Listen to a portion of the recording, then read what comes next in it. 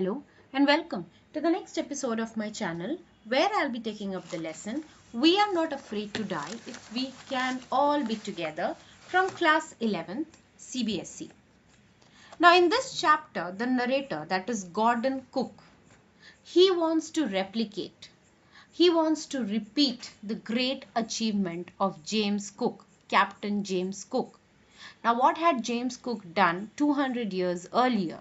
He had gone around the world, and Gordon Cook, highly inspired by him, wanted to do the same. So, in July 1976, the narrator, a 37-year-old businessman, his wife Mary, 6-year-old son Jonathan, and 7-year-old daughter Susan, started their sea voyage from Plymouth, England. They wished to go round the world on a long sea journey, just as I already said, Captain James Cook had done 200 years earlier. The narrator and his wife spent 16 years preparing for the journey, and the name of the boat was Wave Walker. This particular boat was 23 meters, 30-ton boat that was professionally built to even pass the roughest of weather.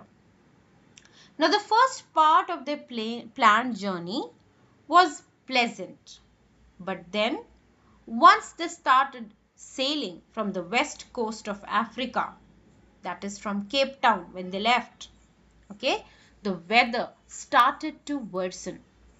Now, at Cape Town, they were joined by two crewmen, the American Larry Vigil and the Swiss Herb Segler.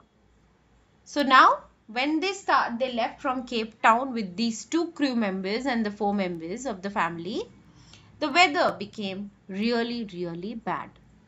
So on the second day out of Cape Town, they encountered strong winds and high waves. The windstorms continued for the next few weeks, and the size of the wave was up to 15 meters.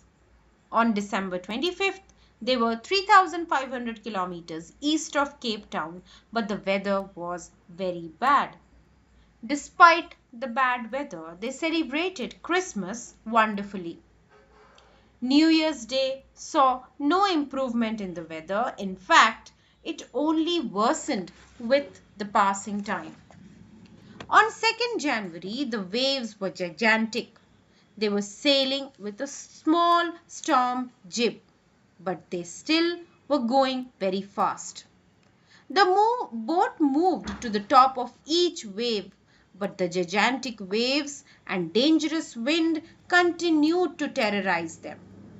To minimize the damage, they dropped the storm jib and lashed a heavy rope in the loop across the stern. So all these methods were taken up to slow down the boat. If the boat would have not slowed down, they would have definitely capsized. Then, after they had fastened up everything, they went through life raft drill. They attached lifelines, put on oilskins and life jackets, and they sat ready for the worst. So they made all these preparations, tightening up everything, then tying the heavy rope in a round manner around the stern, double lashing everything, wearing the life jacket, and then ready. The first indication of the impending disaster came about 6 p.m. with an ominous silence. Now, as we know that before a storm, there is a complete silence. The wind stopped and the sky grew dark. Then a loud roaring sound was heard, and the narrator thought that maybe it is the cloud. But then what did he see? It was a vertical wave, a huge wave.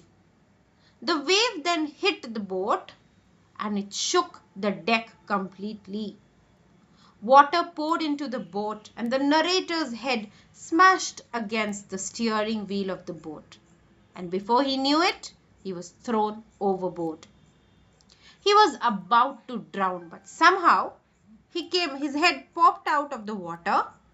he saw that the boat was almost about to overturn. He saw that the boat was almost about to capsize.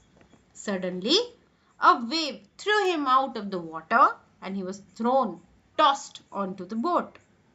His left ribs were cracked, his mouth was filled with blood, and even some teeth were broken. Somehow, he managed to find the wheel and he started to steer it. So, what do we see so far? We see a very, very brave narrator.